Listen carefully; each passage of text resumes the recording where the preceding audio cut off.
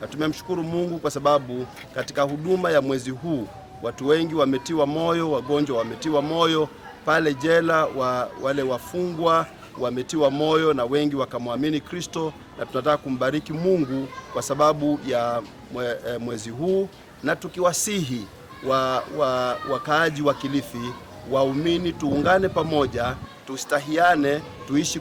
kwa amani na tutangamane vizuri, tukiendelea kuhudumiana sisi kwa sisi. Kama jumuiya ya makanisa tunasema ya kwamba tuendelee kuhamasisha waumini wetu waweze kuendelea kuishi kwa amani, na tukiomba pia viongozi wetu wa kisiasa waendelee kuwa na uvumilivu, wafanye siasa ambazo za kuleta maendeleo na si za kufuruga watu, wawe na heshima, wavumiliane, wasiwe watu wa kutukanana, maana katika hali hiyo ndio tutazidi kuijenga taifa letu na vijana wetu wataona mfano mzuri. Tunashukuru kwa zoezi ya leo ambayo tumetamatisha kuhusu juma la NCCK.